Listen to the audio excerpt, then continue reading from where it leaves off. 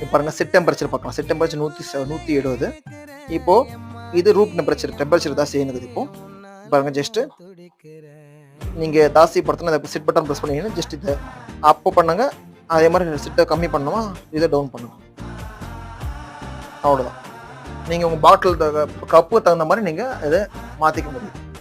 So இப்போ நாம cup போட்டு செக் பண்ணி பார்க்கலாம் இந்த விஷயம்.